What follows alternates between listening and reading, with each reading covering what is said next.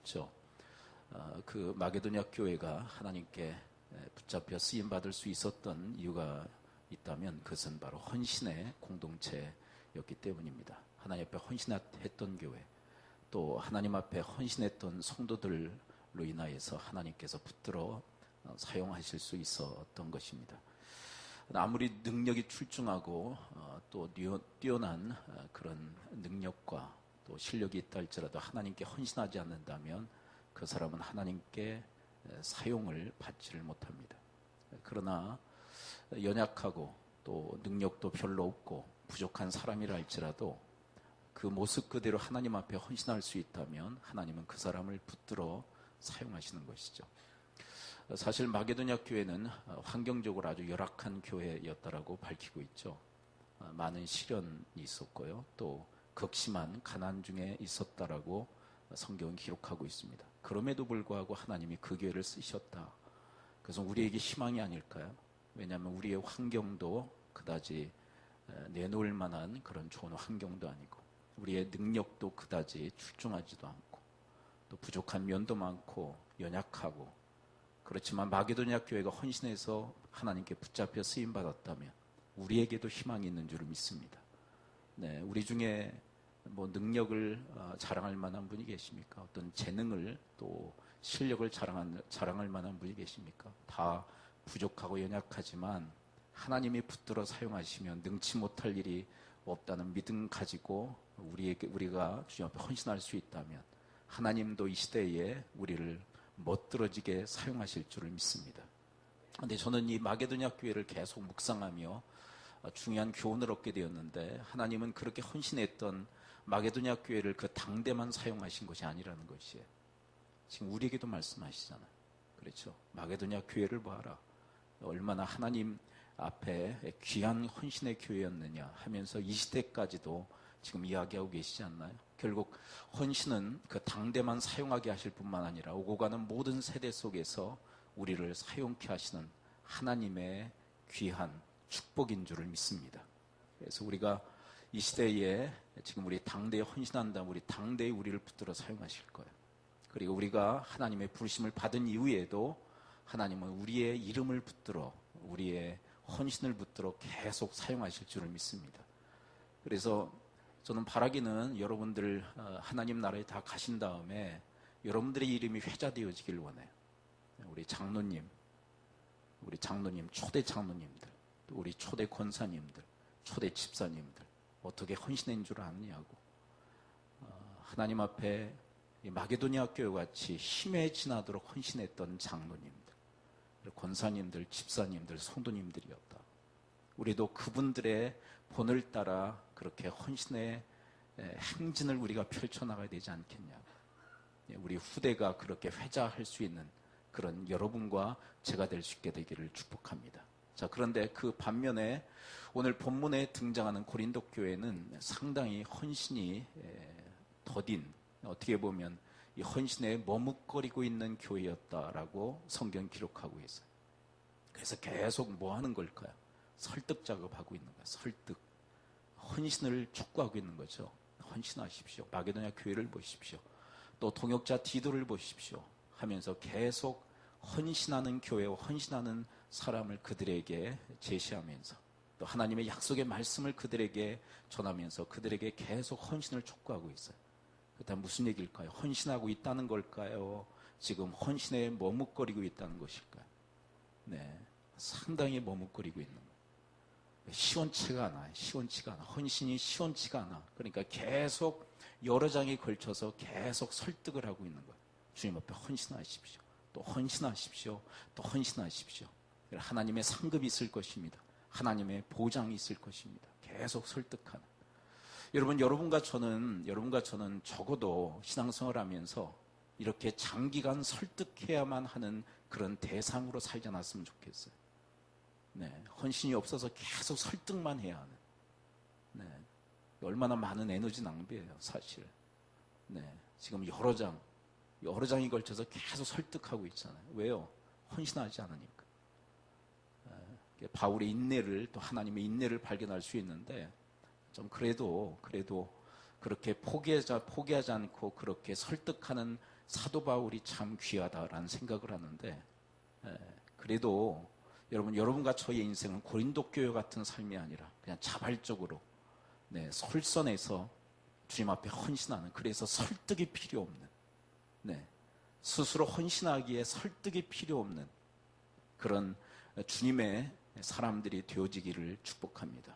자, 이런 고린도 교회를 향해서 헌신을 요청하면서 헌신의 온전한 모습이 무엇인가를 사도 바울은 가르쳐주고 있어요. 헌신은 이렇게 해야 된다고. 자, 첫 번째로 헌신은 어떻게 해야 할까요? 자, 오늘 본문 9장 5절을 함께 읽어보도록 할까요? 5장을 보면 두 가지 헌신의 태도, 헌신의 자세가 나와 있는데요. 9장 5절 우리 함께 한 목소리로 함께 읽어볼까요? 9장 5절 시작. 그러므로 내가 이 형제들로 먼저 너희에게 가서 너희가 전에 약속한 연보를 미리 준비하게 하도록 권면하는 것이 필요한 줄 생각하노니 이렇게 준비하여야 참 연보답고 억지가 아니니라. 자, 여기 본문에서 두 번이나 반복된 단어가 있어요. 그게 뭘까요? 그게 헌신의 자세, 헌신의 태도인데, 이 9장 이 전반부를 보게 되면 이 단어가 계속 회자되고 있죠. 계속 반복되고 있어요. 그 단어가 뭘 것 같으세요? 준비라는 단어예요. 준비. 2절을 보면 2절도 준비, 3절도 준비, 4절도 준비, 5절에서는 두 번이나 준비. 자, 헌신은 뭐 해야 돼요? 준비해야 돼. 자, 그런 의미로 함께 고백해 볼까요? 헌신은 준비로부터 시작된다. 헌신은 준비할 때 제대로 된 헌신이 나올 수 있다는 거예요. 여러분, 예수 그리스도의 생애를 둘로 나눌 수 있어요. 사생활과 공생애로 이렇게 나눌 수 있는데, 그 기간이 얼마나 되었느냐 하면 사생활은 30년, 그리고 공생애는 3년이에요. 그 다음에 30년 세월 뭐 한 걸까요? 준비하신 거예요. 그러니까 무엇을 위한 준비실까요? 3년 사역을 위한 준비예요. 그런데 사역 몇 배나 준비하신 걸까요? 자, 한번 따져보세요. 30년 준비하셨어요? 3년을 위해서. 그럼 몇 배 준비하신 거예요? 10배 준비한 거예요. 10배. 그토록 준비는 중요한 거예요. 10배나 준비하셨어요. 여러분, 우리가 잘 아는 구약의 영적 리더였던 모세도 준비케 하시죠. 40년 사역을 위해서 몇 년 준비시키셨다. 우리 너무 잘 알고 있잖아요. 40년 사역을 위해서 몇 년 준비시키셨어요? 80년의 세월. 왕궁학교에서 40년, 광야학교에서 40년, 도합 80년의 세월을 준비시키시고 40년의 사역을 감당케 하시. 그러니까 사역의 그 시간이 길어요? 준비의 시간이 길어요? 대부분 준비의 그 기간이 길다라는 것을 확인할 수 있어요. 반드시 하나님은 준비된 자를 사용하신다는 거예요. 따라서 봅니다. 하나님은 준비된 자를 사용하신다. 우리는 그냥 비전만 있고 꿈만 있으면 하나님은 사용하신다 그렇게 생각하는데 그렇지가 않아요. 하나님이 꿈을 주십니다. 비전도 주십니다. 맞아요. 그런데 그 꿈과 비전을 위해서 준비된 자를 하나님은 쓰세요. 준비된 자. 자, 여러분, 구약에 유명한 꿈의 사람이 있죠. 그의 이름은 요셉입니다. 몇 살 때 하나님의 꿈을 받았느냐면 17살. 17살의 꿈을 그는 받아요. 그런데 하나님이 무작정 그 꿈을 성취해 주셨을까요? 아니에요. 거의 13년 동안 준비케 하셔요. 가정 총무의 역할을 감당케 하시고, 또한 감옥 총무의 일을 감당케 하시고, 그리고 이제 그 꿈을 이루시는데 이제 애굽의 총리가 되게 하시죠. 근데 그 총리가 될 때의 나이가 몇 살인 줄 아세요? 자, 예수님 연상하시면 돼요. 예수님도 몇 살부터 사역 시작하셨어요? 30살. 그러니까 요셉도 몇 살에 총리가 된지 여러분 감이 잡히십니까? 30살에. 30살. 그러니까 몇 년 주님이 준비시키신 것 같으세요? 17의 꿈을 꾸고 하나님의 꿈을 받아들인 다음에 무려 몇 년 준비시키셔요? 13년의 세월을 준비시키죠. 모진 고초의 그런 시간들이죠. 힘들고 험악한 시간들을 보내게 하시며 그를 준비시키셔. 13년의 세월. 자, 그런데 이 요셉뿐만이 아니에요. 다윗은 어떨까요? 다윗. 자, 다윗이 왕으로 기름 부음 받을 때는 언제였을까요? 어릴 때일까요? 장성에서였을까요? 어릴 때, 성경의 뉘앙스를 보면 어릴 때 그가 사무엘을 통해서 왕의 기름 부음을 받아요. 근데 곧바로 왕이 되지 않아요. 네. 성경 사무엘하 5장에 보게 되면 그가 30살의 왕이 되었다 이렇게 기록되어 있어요. 몇 살이요? 30살이에요. 그러니까 그 기간 동안 어린 나이에 왕으로 기름 부음을 받고 왕이 될 때 30살까지 하나님이 뭐 하신 것일까요? 준비시키신 거예요. 준비. 예. 자, 우리도 주님 앞에 헌신하기 위하여 주님의 사역을 하기 위해서 준비해야 할 줄을 믿습니다. 네, 예배도 준비하셔야 돼요. 예배 시간 정확히 딱 맞춰서 오면 안 돼. 예배도 어떻게 해야 돼요?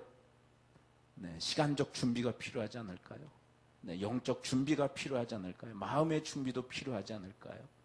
네, 적어도 한 10분 전, 15분 전엔 오셔서 예배를 준비하셔야 돼요. 여러분, 그냥 사역 없이 오시는 분들은 적어도 한 10분 전, 15분 전에는 미리 오셔서 기도하시며 예배를 준비하시고, 네, 우리 성가대나 찬양단은 얼마 전부터 준비하실까요? 지금 성가대는 몇 시부터 준비하셔요? 근데 시간대를 잘 안 지키시는 것 같아요. 여기 앉아서 들어보면 정확히 10시 시작들 안 해. 미리 오라고 하는 공지가 있음에도 불구하고 미리들 안 오시더라고. 자, 오늘 본문을 가만히 보셔요. 가만히 보면 뭐라고 되어져 있어요? 준비하는데 뭐라고 되어 있어요? 연보를 준비하는데 어떻게 준비하라? 자, 5절을 다시 읽습니다. 5절 시작. 그러므로 내가 이 형제들로 먼저 너희에게 가서 너희가 전에 약속한 연보를 미리 준비하라. 미리 준비하라. 그러니까 미리 준비하는 그 시간 여러분 지키셔야 돼요.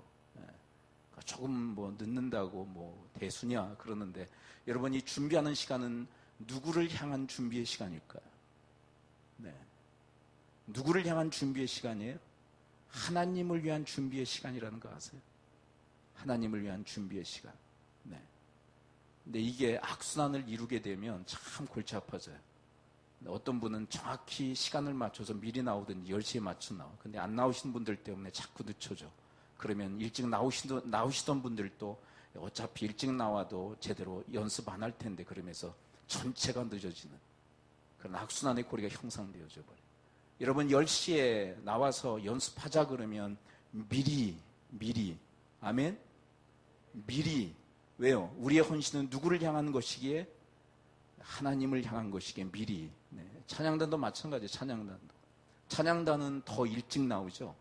한 2시간 전. 몇 시에 모여요? 우리 찬양단 9시. 요즘은 잘 나오더라. 제가 거의 그 시간에 거의 맞춰 제가 나와서 좀 준비를 하는데 거의들 나와 있어요.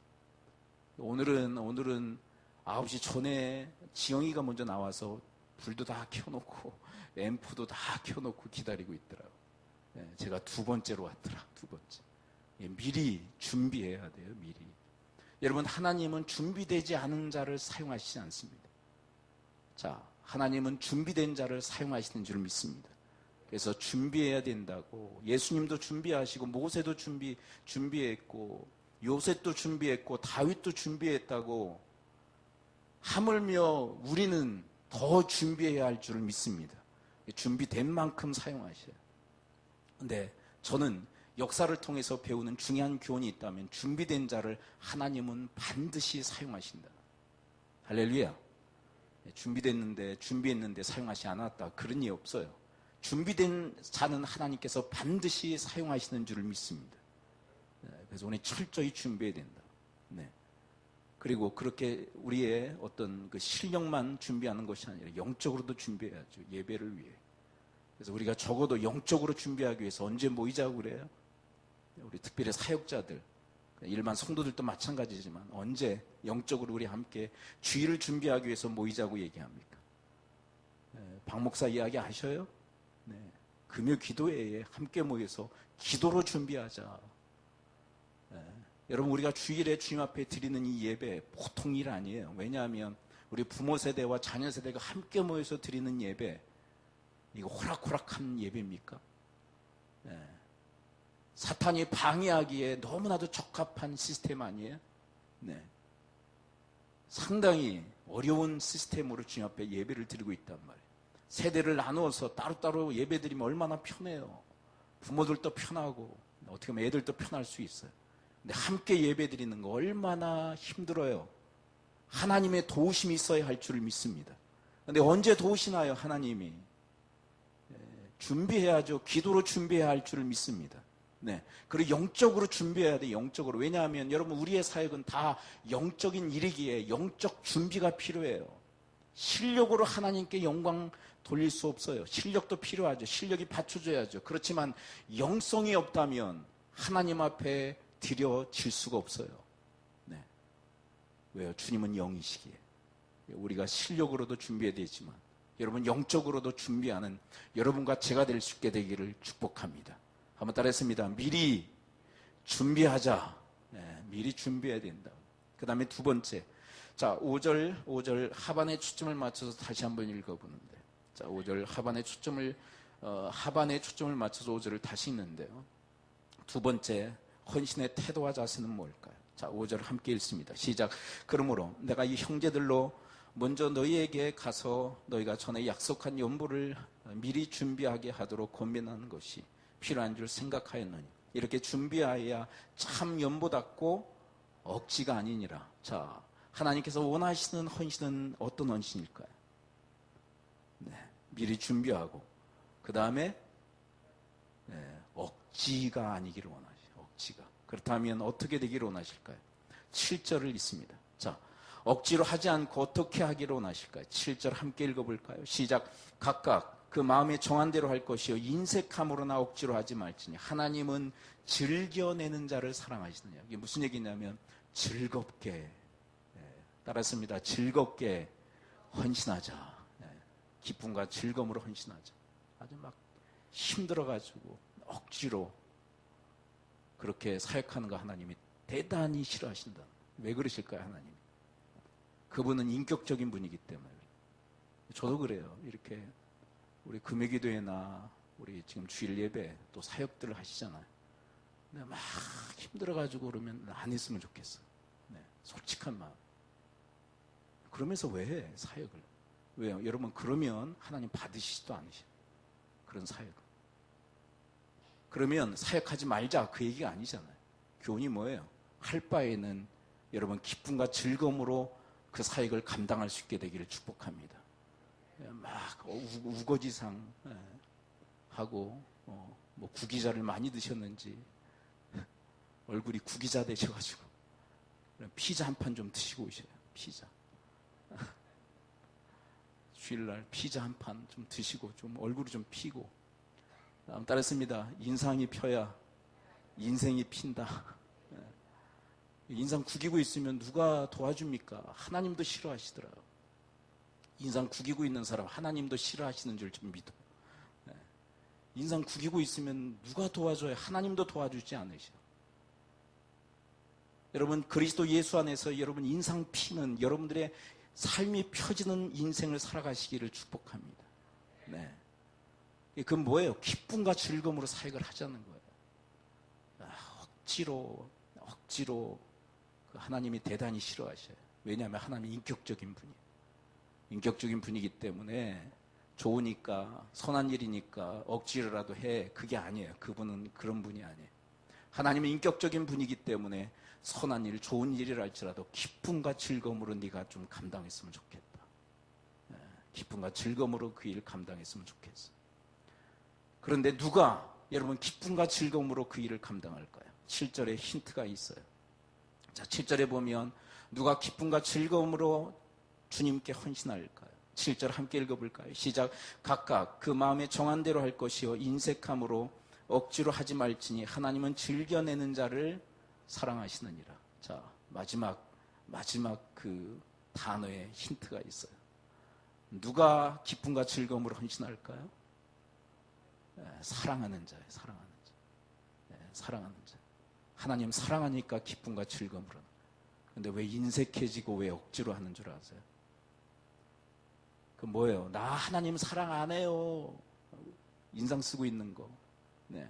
하나님 나 사랑 안 해요. 당신 사랑 안 된다니까요. 내 지금 여기 억지로 끌려 나와 있어. 내가 지금 이 억지로 이 사역을 감당하고 있다니까요. 당신 사랑하지 않는데. 그런 표현이에요. 네. 여러분 사랑이 없기에 인색해지는 거예요. 아까워하는 거예요. 네. 이 시간 주님 앞에 드리는 거 아까워. 이 시간 지금 놀러 가면 참 좋을 텐데 눈 많이 쌓였다는데 스키 타면 얼마나 좋을까.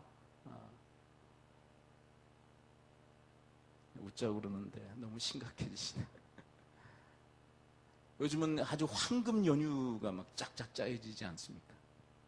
주일만 이렇게 빼서 갈 수 있다면, 주일까지 이렇게 잡수시면 얼마나 그 황금 연휴를 즐길 수 있는 그런 연휴들이 얼마나 우리에게 많이 제공되어서 아까운 거야. 시간이 예배드리는 거 아깝고 사역하는 거 아깝고 억지고. 이거 왜 그러느냐? 사랑이 없기 때문에. 사랑, 주를 향한 사랑.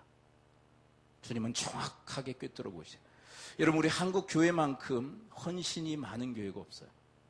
우리 한국 교회만큼 헌신이 정말 많은 교회가 없어요. 이게 무슨 얘기냐면 성도들이 얼마나 많은 헌신을 하는 교회인지 몰라요. 근데 성도들을 보면 행복하지가 않아요. 그리고 헌신하면서도 왜 이렇게 원망과 불평이 많은지. 왜 그런 줄 아세요? 기쁨과 즐거움으로 하는 헌신이 아니에요. 결국 무슨 얘기냐면 하나님을 사랑해서 하는 헌신이 아니에요. 어떻게 보면 자기 체면 때문에 헌신하는 그런 성도들도 너무 많아요. 내가 교회 몇 년 다녔는데 내가 교회 직분이 뭔데. 그러면 자기 체면 때문에 헌신을 해요. 어쩔 수 없이. 여러분 그런 체면 문화에서 자유로울 수 있게 되기를 축복합니다. 그러면 나는 아무것도 안 해야 되겠다. 그게 아니에요.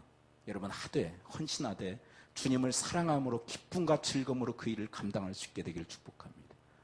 왜 이렇게 헌신과 주님을 향한 충성이 많은데도 왜 이렇게 행복하지 않을까? 성도들이 왜 이렇게 원망과 불평이 끊이지 않을까? 하면서도 왜요? 다른 이유 아니에요. 주를 향한 사랑으로 하는 게 아니에요. 그래서 다음 단계로 우리를 기다리고 있는 게 있어요. 우리 한국 교회를 기다리고 있는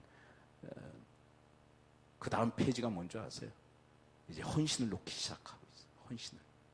왜요? 지겨운 헌신, 행복하지 않은 헌신, 힘들고 어려운 헌신들을 놓기 시작하고 있어요. 가장 첫 번째 주자가 누군 줄 아세요? 가장 첫 번째 주자, 헌신을 놓기 시작한 첫 번째 주자들이 누군 줄 아세요? 청년들입니다. 청년들이 헌신을 놓기 시작했어요. 왜 그런지 아세요?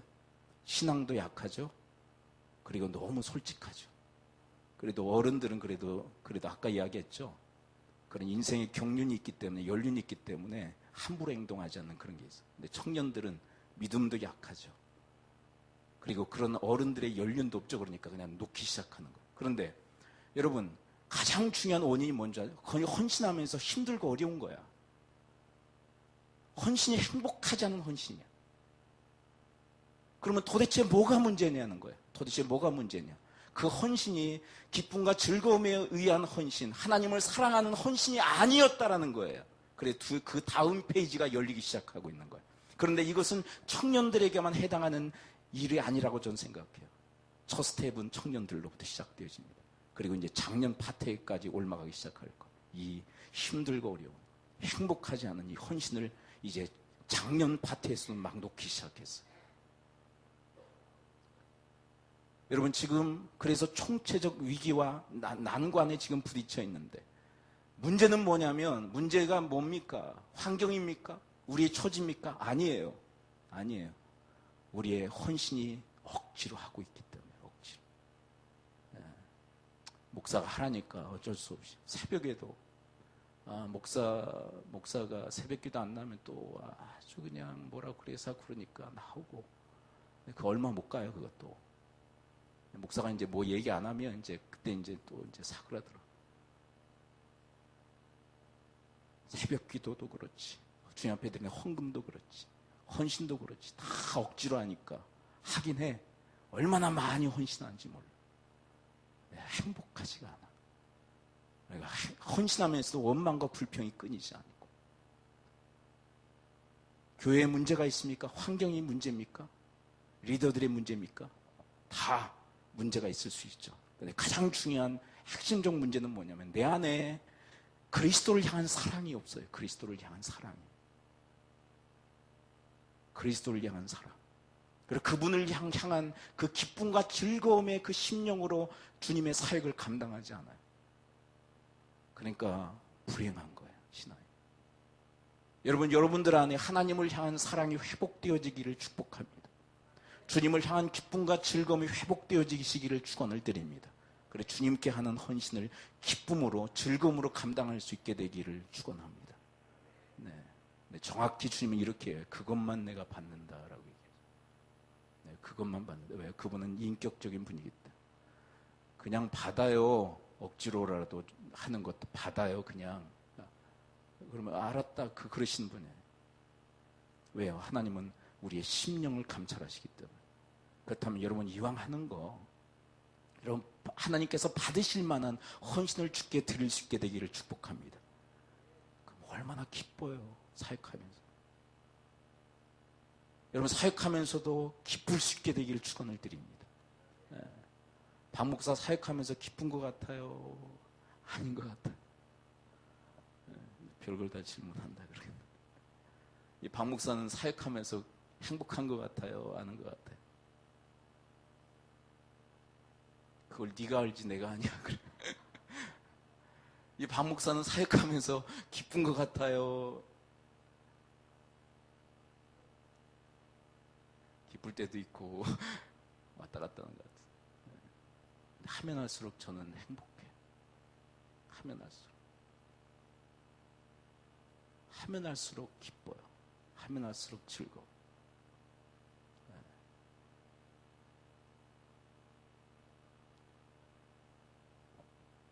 이렇게 여러분 하나님을 사랑해서 기쁨과 즐거움으로 그 일을 감당하기로 하세요.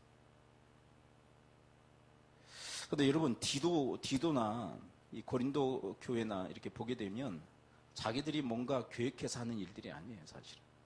계속 누가 오다를 내리느냐면 사도 바울이 내리고, 그렇죠? 사도 바울이 요청하고 권하고. 근데 우리의 성향이 뭐가 있다고 그랬죠? 내가 계획하고 내가 아이디어를 냈을 때 자발성을 갖죠. 근데 남이 시키는 일에 대해서는 거의 자발성을 갖지 못하고 거의 수동적이 돼요. 근데 성숙함이 뭔지 아세요? 누가 요청한 일에 대해서도 자발적으로 하는 게 성숙함이에요. 할렐루야. 네. 근데 어차피 우리 인생은요, 누가 시킨 것 하는 거예요. 어차피 인생이라는 거. 왜냐하면 여러분 지시를 내리는 사람은 10사람 중에 몇 명이에요? 지시를 내리는 사람. 왜요? 리더 하나예요. 하나. 그렇죠? 대부분 9명은요 지시를 받는 거예요. 그럼 내가 계획하고 내가 결정하지 않은 거니까 자발성을 가지고 일할 수 없어. 그러면 누구에게 가장 큰 타격을 입힐까요? 내가 계획하고 내가 결정한 일이 아니야. 그러니까 내가 자발적으로 난 일하지 않을 거야. 그러면 가장 큰 타격을 입는 대상은 누구냔 말이야. 자기 자신이에요. 자기 자신. 여러분 어차피 인생은 누군가의 오다를 받아 인생을 살아가는 거예요. 내가 결정한 거 아니니까 난 자발적일 수 없어. 그러면서 살아가면 자기에게 얼마나 큰 타격을 입힙니까? 그리고 리더에게 타격을 입히고 공동체 전체에게 타격을 입히고. 그러면 여러분 그러면 리더도 그러면 뭐 지시를 받지 않고 그냥 독단적으로 행하는 자일까요? 여러분 어차피 우리 기도 공동체니까 한번 따져볼까요? 우리 기도 공동체 열의 9도 다 누군가의 요청을 받아서 행하는 사람들. 그러면 리더는 어떨까요? 리더는 누구의 오다를 받는 걸까요? 하나님의 오다 받는 거 아니에요? 어차피 우리는 하나님의 오다 받는 거 아니에요? 리더뿐만 아니라 우리 모두도. 내가 뭔가 결정하고 내 뜻대로 뭔가를 행하는 거예요. 하나님께서 결정하신 것을 행하는 거예요. 하나님 명령받고 행하는 거 아니에요? 어차피 그러니까 열의 열 다시요? 여러분 열의 열 다 하나님의 요청을 받고 하나님의 명령받아 그거 행하는 거예요. 근데 주님 사랑하지 않으면 주님의 오다는 힘들고 어려운 거예요. 귀찮은 거예요. 근데 주님을 사랑하면 그것은 기쁨이 돼요. 주님의 오다를 받아 행하는 것은 즐거움이 돼요. 여러분 그 인생 그 신앙의 맛을 아는 여러분과 제가 될 수 있게 되기를 축복합니다. 예.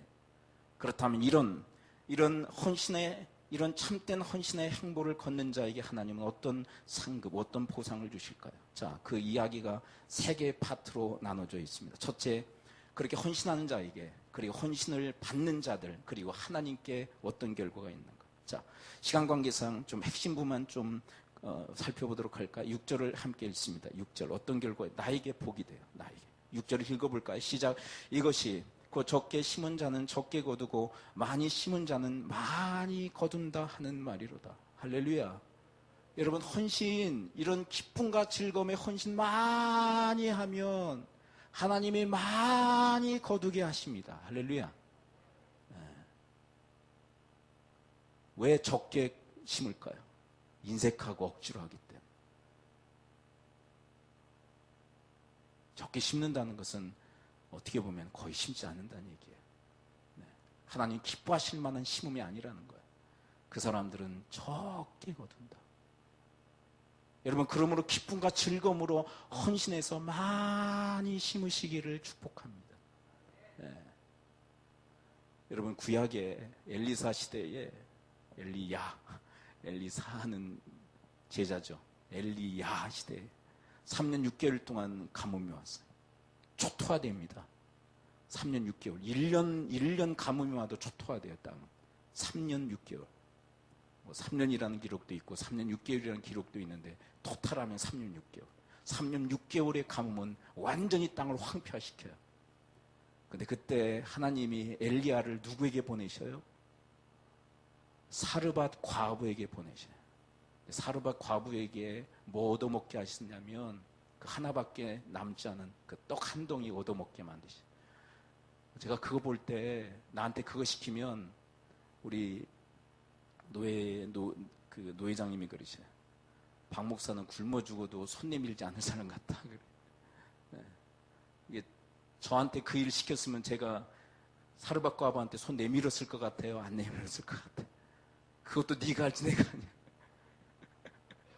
전 손 내밀었을 것 같아요? 안 내밀었어요?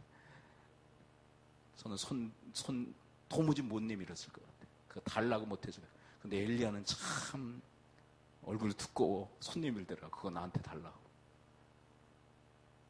근데 그 헌신이 그 가뭄 기간 동안 밀가루통에 밀가루 마르지 않도록 기름병에 기름 마르지 않도록 하나님이 거두게 하시더라고요. 거둠이 아닐까요? 그게. 여러분 우리가 심은 대로 하나님은 거두게 하십니다. 그런데 왜 그러시느냐? 왜 심은 대로 거두게 하시느냐? 자, 핵심만 이렇게 살핍니다. 왜 그토록 심은 대로 거두게 하시는가? 8절 읽어봅니다. 8절 시작. 하나님이 능히 모든 은혜를 너희에게 넘치게 하시나니 이는 너희로 모든 일에 항상 모든 것이 넉넉하여 모든 착한 일을 넘치게 하게 하려 하심이라. 왜 하나님은 심는 자, 많이 심는 자에게 많이 거두게 하실까요? 착한 일을 넘치게 하도록. 그 착한 일 더 잘할 수 있도록 하나님이 지원해 주시는 줄 믿습니다. 쟤는 내가 은혜를 넘치게 허락하면 더 넘치도록 내 사역을 감당하는 자예요. 자, 계속 볼까요? 10절 읽어볼까요? 10절. 계속 같은 맥락의 이야기. 왜 많이 심으면 많이 거두게 하시는가? 10절 함께 읽습니다. 시작. 심는 자에게 씨와 먹을 양식을 주시는 이가 너희 심을 것을 주사 풍성하게 하시고 너희 의의 열매를 더하게 하시리니. 왜요? 왜 심을 것을 더 풍성하게 하시고 열매를 왜 더 많이 거두게 하실까요? 8절의 후반. 모두 착한 일을 더욱 넘치게 하도록. 할렐루야. 네. 여러분 우리가 하나님께 어떻게 대해야 되냐에 따라서 하나님의 태도가 달라지죠. 우리가 하나님 앞에 인색하게 대하면 하나님도 나에게 인색하게 대해주지.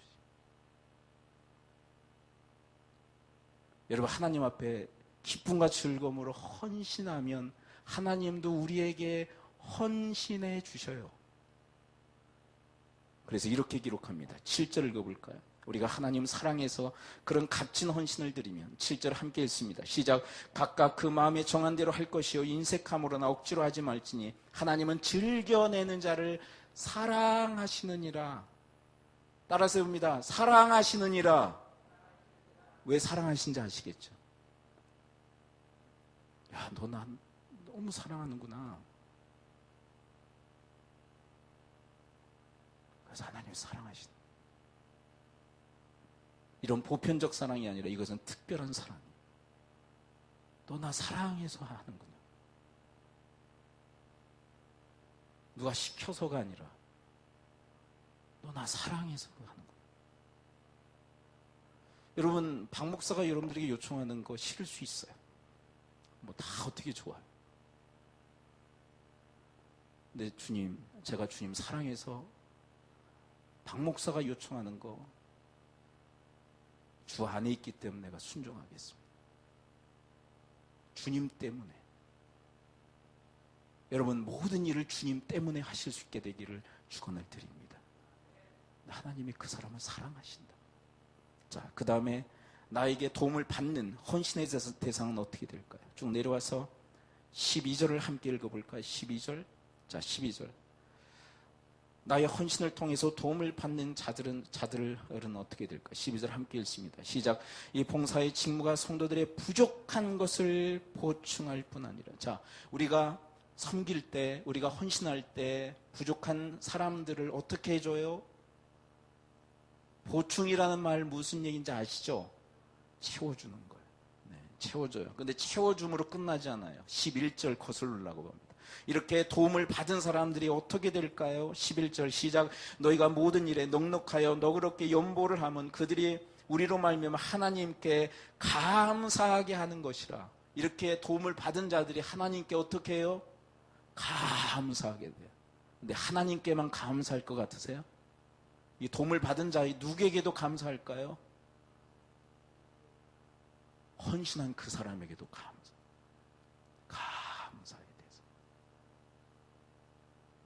마지막 하나님께는 어떻게 될까요? 13절을 읽어볼까요? 13절 함께 읽습니다. 9장 13절 시작.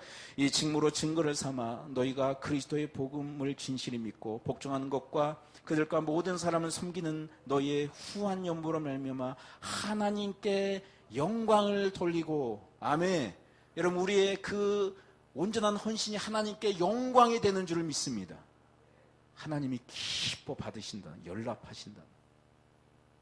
그런데 하나님께 어떻게 영광이 되는가? 15절을 함께 읽어볼까? 이 모든 것을 이제 토탈해서 이렇게 얘기합니다. 15절 어떻게 영광이 되는가? 함께 읽습니다. 시작.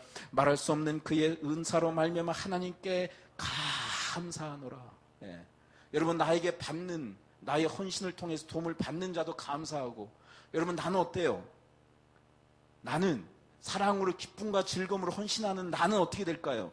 나도 감사하게 되고. 그래서 총체적으로 주님 앞에 감사를 올려드림으로 하나님께 영광이 되는 줄을 믿습니다. 헌신이 바로 이런 위력이 있다, 이런 능력이라. 저는 새벽 일주일 내내 이렇게 말씀을 묵상하면서 하나님 주신 비전이 그거예요. 헌신할 때 하나님은 당대예뿐만 아니라 오고 가는 모든 세대 속에서 우리를 붙들어 사용하신다. 할렐루야. 네, 학력 필요 없어요. 네, 그렇다고 그래서 뭐 좋은 대학 가기 위해서 노력하는 거 다 쓸데없다, 그 얘기 아니에요. 이상한 데에 꽂히면 안 돼. 하나님이 쓰시는 사람 누굴까요? 학벌이 좋은 사람이요? 능력이 출중한 사람이요? 재주가 뛰어난 사람이요? 아니에요. 공통된 한 가지 점이 있다면 헌신하는 사람이에요. 그것도 기쁨과 즐거움을 헌신하는 사람. 하나님 그 사람을 붙들어 사용하신 줄 믿습니다. 그 사람이 하나님께 붙들려 쓰임받을 때 얼마나 기쁜지. 왜요? 내 영이 그걸 알아. 내 영혼이 하나님이 나를 붙들어 사용하신다는 거 알아요. 얼마나 기쁜지. 우리가 한 1주 전인가요? 1주 전에 있었던 청소년 수련회가 있었어요. 여러 가지 방해도 있었고 어려움도 있었어요. 장애도 있었고 그거 하지 말자고, 돈 많이 들어가니까 하지 말자고. 하나님이 주신 제 안에 비전이 있어요. 해야 된다고. 하지 말자고. 전 해야 된다고. 그러면 제가 부장하겠다고. 제가 부장하겠다고. 제가 총대 매겠다고. 합시다. 했어요. 첫째 날 말할 수 없는 기쁨이 제 안에 있어요. 오픈하면서부터 저에게 임한 하나님의 기쁨이, 하나님의 즐거움이 제 마음에 엄습했어요. 여러분, 기쁨과 즐거움으로 헌신하면 더한 하나님의 기쁨이 내 영혼에 임재하는 역사가 있게 되어진 줄 믿습니다. 감당 못할 하나님의 은혜가. 기도하죠. 이 시간 우리 함께 기도할 때 하나님, 준비된 헌신이 주 앞에 드려지게 하여 주옵시고, 하나님 억지로 인색함으로가 아니라 하나님 사랑해서 기쁨과 즐거움으로 하는 헌신이 주께 온전히 드려지도록